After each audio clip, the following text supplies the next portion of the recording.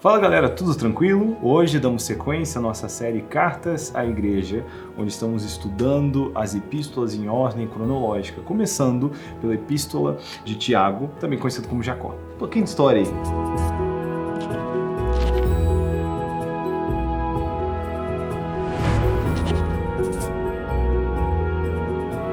Então, vamos ler hoje Tiago, no capítulo 4, do versículo 13 ao 17. Agora, prestai atenção, vós que dizeis, hoje ou amanhã iremos a tal cidade. Lá passaremos um ano, negociaremos e teremos lucro. No entanto, não sabeis o que acontecerá no dia de amanhã. O que é a vossa vida? Sois como uma névoa que aparece por pouco tempo e logo se dissipa. Em vez disso, deveis dizer, se o Senhor quiser, viveremos e faremos isso ou aquilo. Mas vos orgulhais da vossa arrogância. Todo orgulho como esse é maligno. Portanto, aquele sabe que deve fazer o bem e não faz, comete pecado. Então, amados, aqui nós temos algo muito esclarecedor acerca do que é a vida cristã, e eu amo essa passagem. Porque quando nós somos entregues ao senhorio de Jesus, de fato, não somos nós que decidimos, nós somos movidos pela vontade daquele que nos chamou.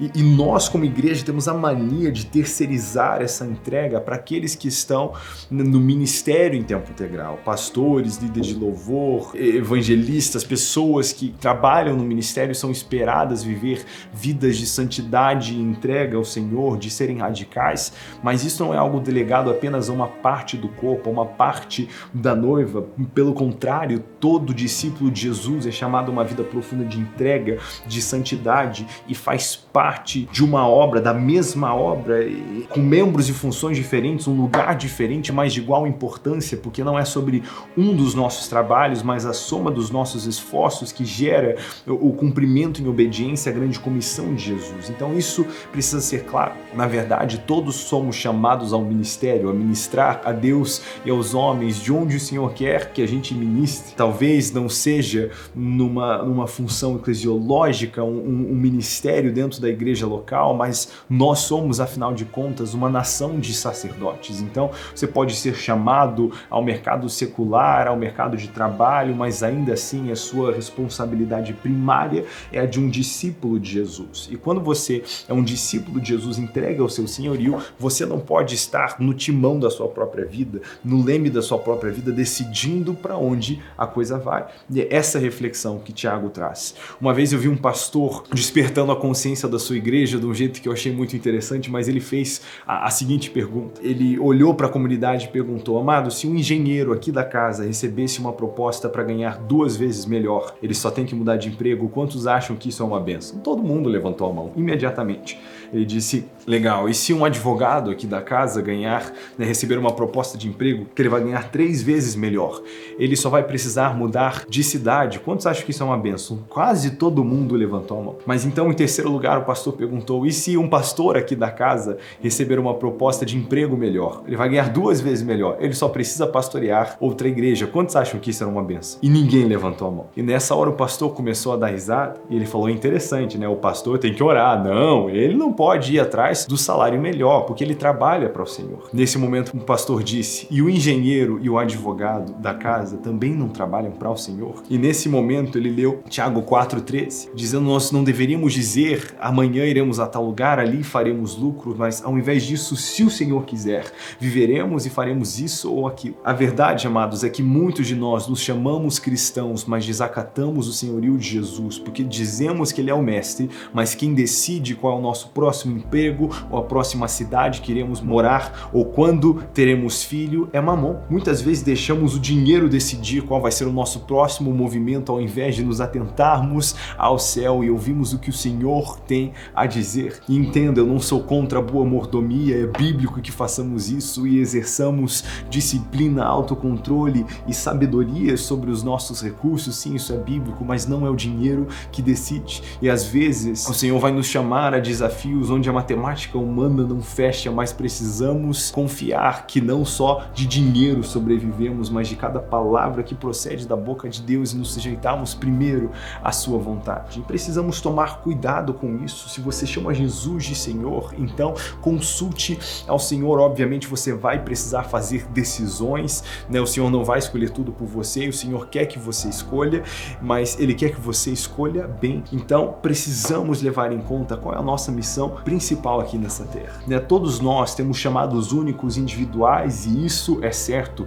Tão certo como somos criações únicas, individuais do nosso Pai, existe um propósito que é único para cada um de nós, mas o que precisamos entender é que esse propósito jamais vai contradizer a identidade que temos como igreja. Quer dizer, a grande comissão nos é uma incumbência dada debaixo de toda a autoridade nos céus e na terra, então não vai haver um chamado para mim que vai contradizer essa ordem expressa, inegociável que o Senhor liberou sobre a sua igreja. Então, meu chamado único individual, ele é mais o onde eu vou fazer o que Cristo já me chamou a fazer. Então, se eu fui chamado ao ministério da igreja local, esse é um ambiente onde farei discípulos. Se eu fui chamado ao mercado de trabalho, esse é um ambiente onde eu farei discípulos, mas todos nós trabalhamos juntos para o mesmo fim. É interessante olhar para Efésios 4, do versículo 11 até o 13, ali falando que o Senhor levantou para a igreja apóstolos, pastores, mestres, evangelistas e profetas, e que esses são para edificação, são para preparação do povo santo para realizar sua obra.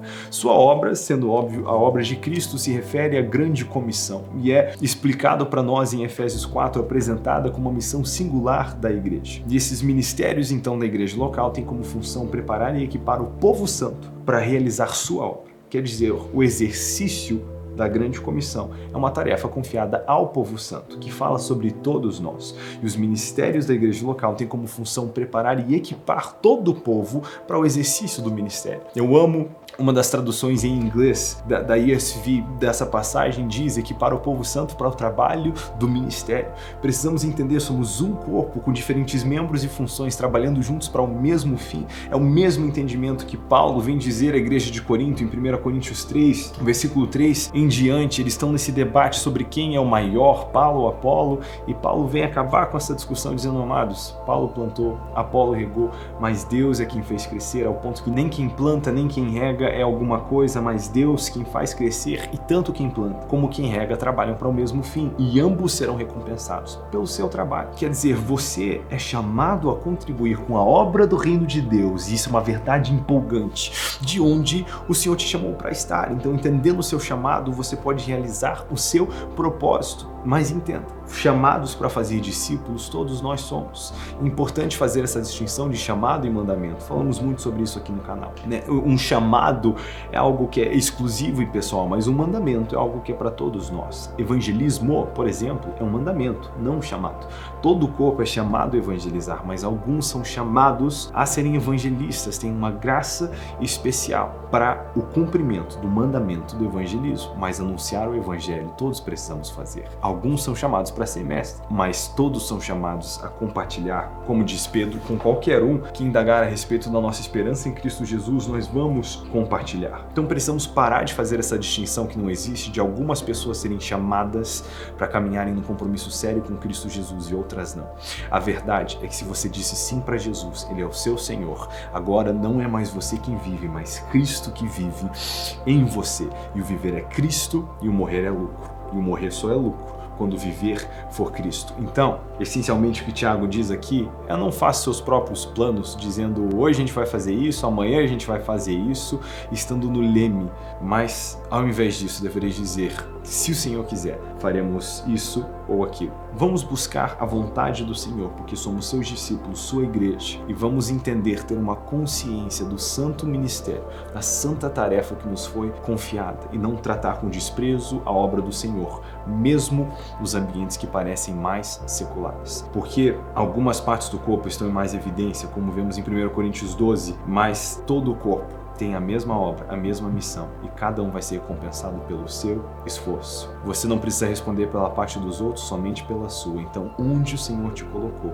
busque o senhorio de Deus, busque a vontade de Deus para o seu ambiente familiar, para o seu ambiente de estudos, para o seu ambiente de trabalho, tudo no tocante da sua vida, para que você possa trazer a cumprir aquela oração que Jesus nos ensinou a fazer, que seja feita na terra como é feito no céu, que seja feito no seu pedacinho de terra como é feito no céu, como é a vontade do Senhor. Seja um catalista, alguém que traz um agente de restauração, que traz a vontade do Pai para os ambientes que suas mãos podem tocar. E não deixe de fazer o bem, porque aquele que conhece o bem e não faz, comete pecado. Não seja uma testemunha silenciosa, porque você conhece a Cristo e as pessoas do seu trabalho também precisam conhecer. Amém? Não se esqueça de deixar nos comentários qual foi a verdade, né, dessa porção das Escrituras que mais falou o seu coração e como praticar isso de maneira prática.